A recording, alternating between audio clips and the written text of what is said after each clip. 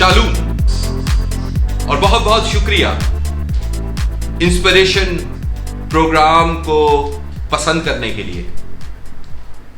एक और नया प्रोग्राम लेकर मैं आपकी खिदमत में हाजिर हुआ हूं जिसका नाम है मसीही टब्बर। यह प्रोग्राम इसलिए शुरू किया गया है ताकि मसीही खानदानों को जो कि टूट फूट का शिकार है, जिनमें लड़ाई झगड़े हैं, मियां बीवी में, बहन भाइयों में, खानदानों में, इस प्रोग्राम के थ्रू हम खानदानों की जिंदगियों से सिखा सकें कि एक अच्छी मसीही खानदानी जिंदगी कैसे गुजारनी चाहिए। तो आज इस प्रोग्राम में हम हाजिर हुए हैं मिस्टर हेनरी के खानदान से मिलने के लिए। मिस्टर हेनरी और उनकी मिसेस और उनका बेटा इस वीडियो लिंक के साथ हमारे साथ उन्होंने ज्वाइन किया है कनाडा से। खुदावंद का शुक्र करते हैं। हेनरी साहब, आज के प्रोग्राम में आपको और बाजी आपको और इयन आपको हम खुशामदीद कहते हैं। थैंक यू भाई साहब और welcome to give us chance and लोगों से बात करने का और अपने ख्यालात का इजहार करने का। तो जो मैं समझ सकता हूँ कि this is about Christian life, correct? Yes, of course. Actually इस प्रोग्राम को शुरू करने का मकसद ये है ताकि हमारे व्यूअर्स जो हमें देख पा रहे हैं और ख़ुसूसी तौर पे वो तमाम खानदान इस प्रोग्राम के वसीला से सीख सकें कि एक अच्छी मसीही जिंदगी कैसे गुजारनी चाहिए, हम कैसे गुजार सकते हैं, हमारी जिंदगी में वो कौन से एक्सपीरियंसेस हैं हम उनको देख सकें। जिस तरह से आप अपनी ज़िंदगी गुजारते हैं, आप अपनी ज़िंदगी के वसीला से लोगों के साथ अपने एक्सपीरियंसेस शेयर कर सकते हैं जो उनके लिए इंकरेजमेंट का बाइस होंगे। क्योंकि आप इस चीज़ को जानते हैं कि आज हमारे बहुत से मसीही खानदान ऐसे हैं जो कि टूट फूट का शिकार है। मियाँ बीवी में लड़ाई झगड़े हैं, बच्चों में लड़ाई झगड़े पाए जाते हैं, खानदानों में लड़ाई झगड़े हैं। तो इस प्रोग्राम को शुरू करने का मकसद एग्जैक्टली हेनरी साहब यही था कि हम लोगों को अवेयरनेस दे सकें, लोगों की जिंदगियों के वसीला से वो सीख सकें और समझ सकें एक अच्छी मसीही जिंदगी कैसे गुजारनी चाहिए। तो भाई साहब, जरूरी नहीं कि हस्बैंड ही बोले, वाइफ से भी पूछ सकते हैं आप ही पहले सवाल। जी क्यों नहीं, मेरे पास जो है आपके खानदान के लिए सवाल हैं, हम डिस्कशन को ऑन करते हैं। साहब, मैं आपसे पूछना चाहता हूं कि मसीही खानदान होने के नाते, एक मसीही कपल होने के नाते आप दोनों अपनी जिंदगी कैसे गुजारते हैं, या क्या वो ऐसी अच्छी बात है जो हमारे व्यूअर्स को आप सिखाना चाहते हैं अपनी इज़्दवाजी जिंदगी से? भाई साहब, सबसे पहले तो मैं ये आपको कहूँ कि it all starts from church. अगर आप चर्च जाते हैं, अपनी फैमिली को चर्च लेके जाते हैं और फिर जो कुछ बाइबल में लिखा है उसके हिसाब से अपनी ज़िंदगी चलाते हैं, तो इट ऑल हेल्प्स। और उसके बाद फिर आप किस तरह लोगों के साथ मिलते हैं, किस तरह लोगों के साथ पेश आते हैं, और आपस में रंजिशें सबकी होती हैं, झगड़े वगैरह सबके होते हैं। ऑफ कोर्स स्पेशली हमारे कल्चर के अंदर, हमारे लोगों के अंदर जो है, बिकॉज क्रिश्चियंस का जो हाल है पाकिस्तान में, उस हिसाब से काफ़ी झगड़े भी रहते हैं, ज़रूरतें पूरी नहीं होती और लोगों की बहुत सारे मसाइल हैं। लेकिन एज लॉन्ग आप एक दूसरे का ख्याल रखें, केयरिंग करें, ज़रूरी नहीं आपको हर चीज़ मिल जाए, लेकिन if you care for each other, आप एक दूसरे का ख्याल करेंगे तो you can go quite okay. आपको सोचना पड़ेगा कि यार ये बंदा अगर कर सकता है तो वो करेगा, या आपकी ज़रूरतें, और इट्स नॉट ओनली कि सिर्फ हस्बैंड करे, वाइफ हस्बैंड बोथ ताली दोनों हाथों से बजती है, जी जी, एक हाथ से नहीं बजती। एज अ कपल तो ये बहुत ज्यादा जरूरी है। जी। तो मैं बाजी से भी पूछना चाहता हूँ कि बाजी, इसमें कोई चीज आप ऐड करना चाहती हैं, कोई बात ऐड करना चाहती हैं? जैसा कि हेनरी साहब ने बताया कि जरूरी है कि दोनों जो पार्टनर हैं वो एक दूसरे को अंडरस्टैंड करें, और केयरिंग जो है ये बड़ा अच्छा एक अमल है जिनका जिक्र इन्होंने किया है, वो जरूरी है। आप क्या ऐड करना चाहती हैं इसमें? दैट इज ट्रू कि कोई भी शादी हो, चाहे क्रिश्चियन या अदरवाइज, इट्स कांस्टेंट वर्क, आपको उस पे काम करना पड़ता है। You have to be compatible, you need to let go of things, you need to be more understanding and caring towards each other, क्योंकि then you are a partner in everything. So you क्या कहना चाहिए कि caring is the first thing, of course, and then come understanding. जैसे तो मैं कह रही थी कि every marriage it's like a constant work, you have to work on it. कि कोई भी शादी हो या कोई भी relationship हो, उसमें आपको ये तो करना पड़ता है कि you have to work on it. और of course अगर आपका partner caring है, understanding है, तो it becomes easier. और as Christians मैं ये समझती हूँ कि हमें बहुत अच्छी एग्जाम्पल मिल जाती है अपने इर्द गिर्द, अपने खानदानों में, अपने पेरेंट्स को देख के, अपने दूसरे बड़े बहन भाइयों को देख के, तो it becomes easy for us to just follow the same thing. So good. तो मैं ये पूछना चाहता हूँ आप दोनों से कि क्या ये केयरिंग जो है ये दो मियाँ बीवी के दरमियान ही होनी चाहिए, कि यहाँ ये केयरिंग जो है वो आपके जो पेरेंट्स हैं या आपके जो इन लॉज हैं उनके दरमियान भी ये केयरिंग होनी चाहिए, फिर ही एक अच्छी क्रिश्चियन लाइफ गुजर सकती है? या देखिए अच्छा नहीं, यू कैरी ऑन। Okay, मैं ये कहती हूँ कि definitely, especially in our culture, marriage is not about just a boy and a girl. हमारे यहाँ शादी जब होती है तो पूरी फैमिली इन्वॉल्व होती है उसमें, which is actually a very good thing कि you get to learn a lot from them. कि आपको उनसे बहुत कुछ सीखने को मिलता है। Of course, when you care for a person, you care for their family as well. So that comes automatically. और हमें in our culture हमें सिखाया ही जाता है शुरू से, बचपन से ही हम देखते हैं, क्योंकि हम देखते भी हैं, सिखाया क्या जाता है, खुद देख के सीखते हैं कि कैसे हमारे बड़ों ने अपने बड़ों का ख्याल रखा और कैसे किया उनके साथ, किस किस्म का मतलब उनका बिहेवियर है, and we follow the same जी। हेनरी साहब, आप कुछ कहना चाहते हैं? कुछ इम्पोर्टेंट कि आप फैमिली को भी उतनी ही respect, it's not about just a man and a woman, it's about their families as well. I want to add, इसमें ये ऐड करूंगा मैं कि ठीक है, बाइबल में भी लिखा है माँ और बाप की इज्जत कर, लेकिन फिर बाइबल में ये भी लिखा है कि जब तेरी शादी हो जाए तो तू अलग रहे, ठीक है। लेकिन हमारा कल्चर परमिशन नहीं देता, क्योंकि सबकी ज़रूरतें इस तरह हैं, हैंड टू माउथ ही होते हैं मोस्टली हम लोग क्रिश्चियंस। लेकिन ये है कि उसमें भी आपको एक बैलेंस रखना पड़ता है। अगर फॉर एग्जांपल सास और बहू का बहुत झगड़ा रहता है जी जी, ये तो कल्चर है हमारा जी तो लेकिन ये होना चाहिए कि बी ऑनेस्ट, अगर माँ की गलती है तो यू हैव टू ब्लेम माँ, अगर बीवी की गलती है तो यू हैव टू ब्लेम बीवी। अगर बीवी भी इसी तरह करे कि अगर हस्बैंड की गलती है तो उसको पूछे, ना कि उसकी माँ को, या so you have to, it's like जैसे बाइबल में जो कैसर का है वो कैसर को दो, जो खुदा का है वो खुदा को दो। तो जो माँ के लिए भी आपके हकूक हैं, बीवी के लिए भी, बच्चों के लिए भी, तो you have to still keep the balance as per Bible, ठीक है।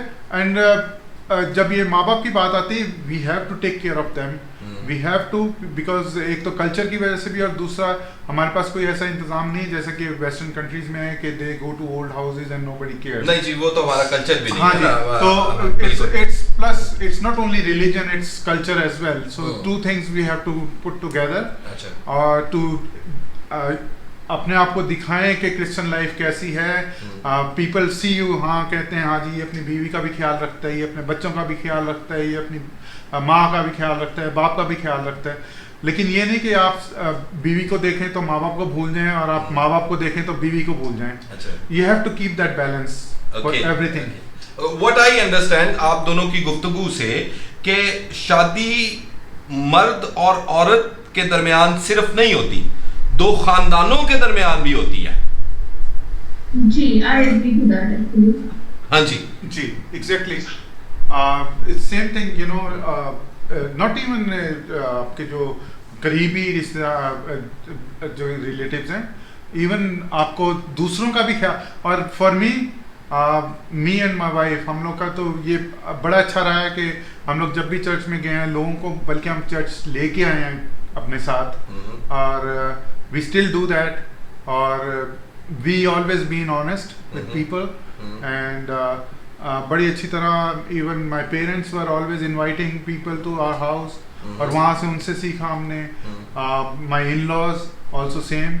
तो इट्स बस लेकिन एक बात हमारी कल्चर में, एक और चीज़ जो मैं एम्फेसाइज करना चाहता हूँ कि लव अफेयर्स होते हैं, शादी के बाद होता है, किसी को लव, किसी को शादी से पहले होता है लव, लेकिन लव अफेयर जब शादी हो जाती है ना तो 1 साल 2 साल उसके बाद ज़रूरतें पूरी आती हैं, और वो लव अगर केयर में ना चेंज हो ना तो then it's a disaster. So people have to think कि लव खत्म हो रहा है, but you have to think कि मैं इस लड़की को लेके आया हूँ या मैं इससे शादी की है, या वो लड़की, they have to care about each other, everybody, even families. तो अगर वो लव केयर में कन्वर्ट नहीं होता तो then it becomes disaster. Okay okay, बड़ी खूबसूरत बात आपने हेनरी साहब की कि लव को केयर में तब्दील होना चाहिए। तो आज हम अपने माशरे में देखते हैं कि लोगों को लव होता है, और वो लव जो है वो इस तरह का है कि लोग जो है वो शायद, मैं समझता हूँ कि आजकल की जो मोहब्बत है वो सोशल मीडिया मोहब्बत है। लव जो है वो सोशल मीडिया मोहब्बत है। आपने जो है वो अपनी डीपी चेंज कर दी व्हाट्सएप पे, एज अ कपल होते हुए लगा दिया, तो फेसबुक पे आपने स्टेटस अपलोड कर दिया मियाँ बीवी की तस्वीर लगा के, तो इट शोज लव कि आप बहुत ज़्यादा प्यार करते हो। तो ये बड़ी खूबसूरत आपने बात की है कि यही लव नहीं है, लव को केयरिंग में तब्दील होना चाहिए। मिसाल के तौर पर मैं जो समझाऊं कि बेगम को वक्त पे रोटी देनी चाहिए जब शौहर थका हारा आता है।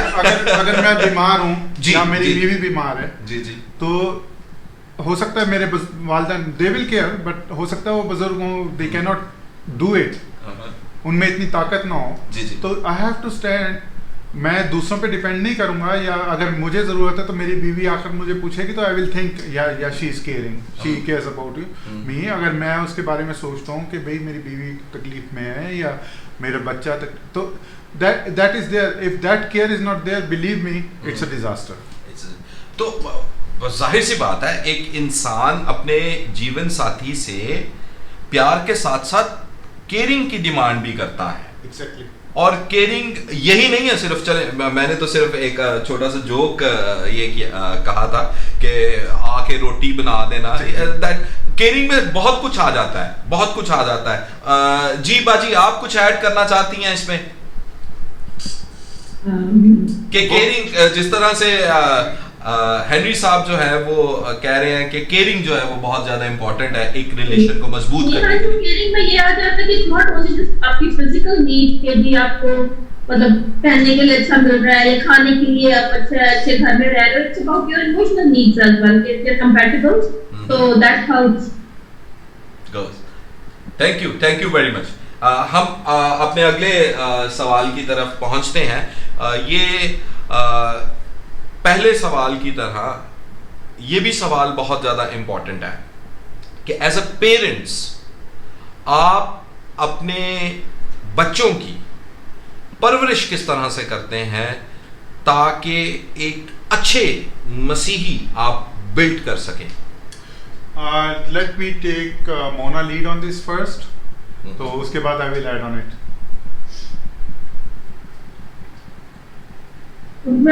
मुझे पर्सनली ये लगता है कि जब से ये आया मुझे लगता है कि as a parent I feel that कि आप कितना भी करो अपने बच्चों की, ऐसा लगता है कि स्टिल नॉट गोइंग इनफ। मुझे ये फीलिंग आती है। तो इट्स लाइक अगेन कि आपको कंटिन्यूसली अपने आप को बेटर करने की जरूरत पड़ती रहती है, सोचने की जरूरत पड़ती रहती है कि किस वे में हम कुछ ऐसा करेंगे जो आगे जाके उनको काम है।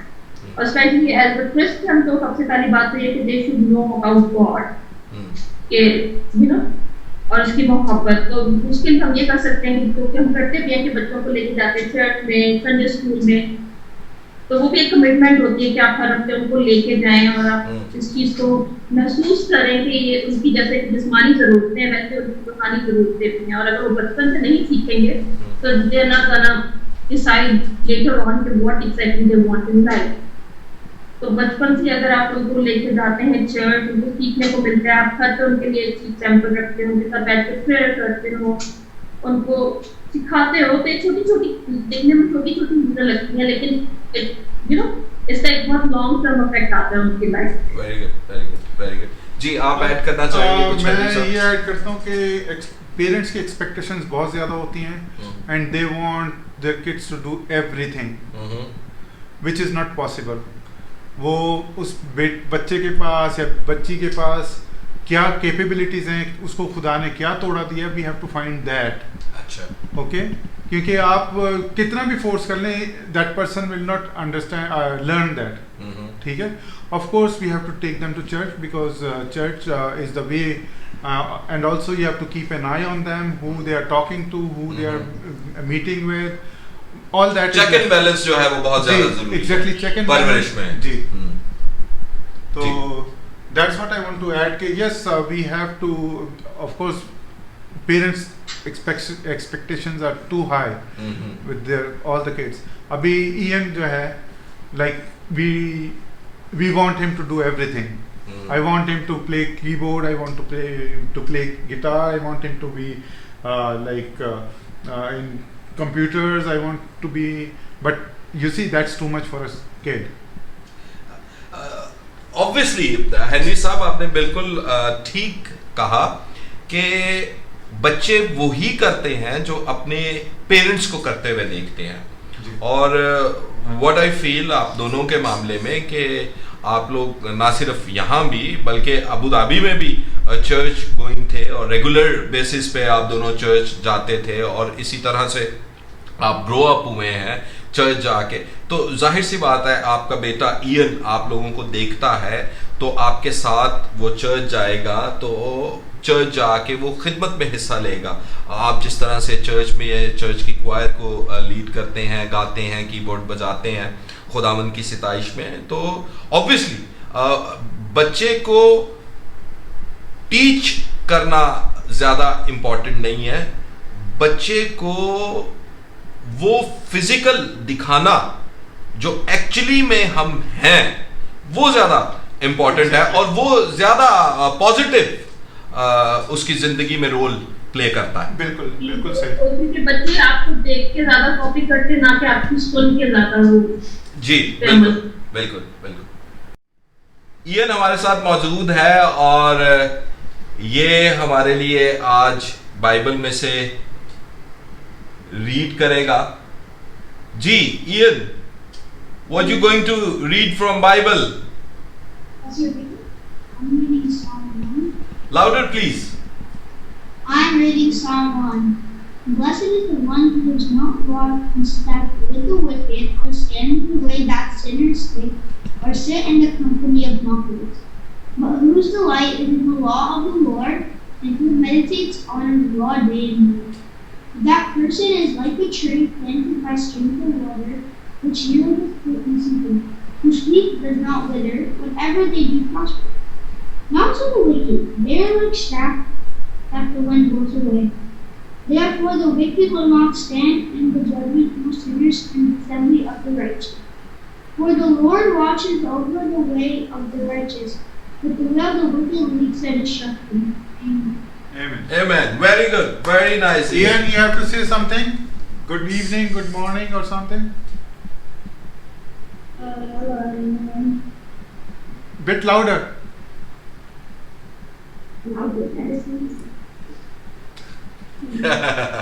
Mama going to translate. Huh? I am glad to be here today. Same here, beta. God bless you. God bless you. आखिरी सवाल मैं आपसे पूछना चाहता हूं कि एज अ क्रिश्चियन कपल आप अपनी कम्युनिटी को क्या मैसेज देना चाहते हैं ताकि वो भी अपनी इज़्दवाजी मसीही ज़िंदगी को बेहतर बना सकें? अगेन पैसा वहीं से स्टार्ट होता है. अगर आप चर्च ही नहीं जाते तो इट डजंट स्टार्ट.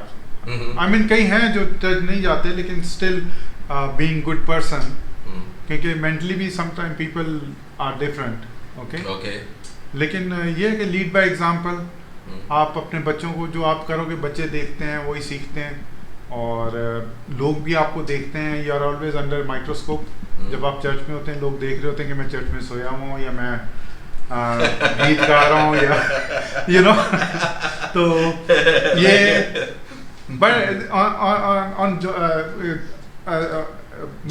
हाँ, मतलब ये है कि ये नहीं कि आपने चर्च में जाके तो सैड फेस ही बना के रखना है कि लोग ये कहें कि हाँ जी ये सबसे ज़्यादा दुआ करता है, आपने रो रो के दुआ की तो यही दुआ करता है.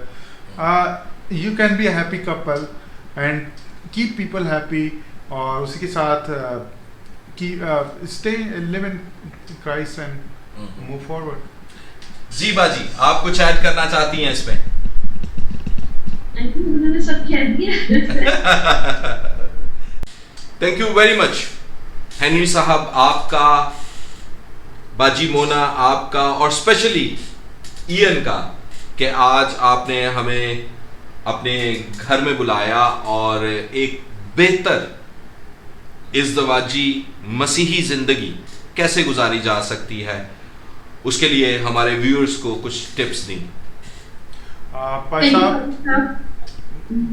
जी, आपने हमें ये चांस दिया कि हम अपने एक्सपीरियंस आपके साथ शेयर कर सकें. Thank you. You are welcome. भाई साहब थैंक यू वेरी मच आपका. आप हमेशा हमें आगे रखते हैं जो भी प्रोग्राम होता है. और मैं आपको आपका जो दूसरा प्रोग्राम है इंस्पिरेशन, उसके लिए मुबारकबाद देना चाहता हूँ. वेरी नाइस प्रोग्राम है, बहुत इंफॉर्मेटिव है, और I am pretty much sure कि लोग इससे बरकत पाएंगे और बहुत ज़्यादा बरकत पाएंगे. Thank you so much. Thank you very much for your encouragement. Welcome.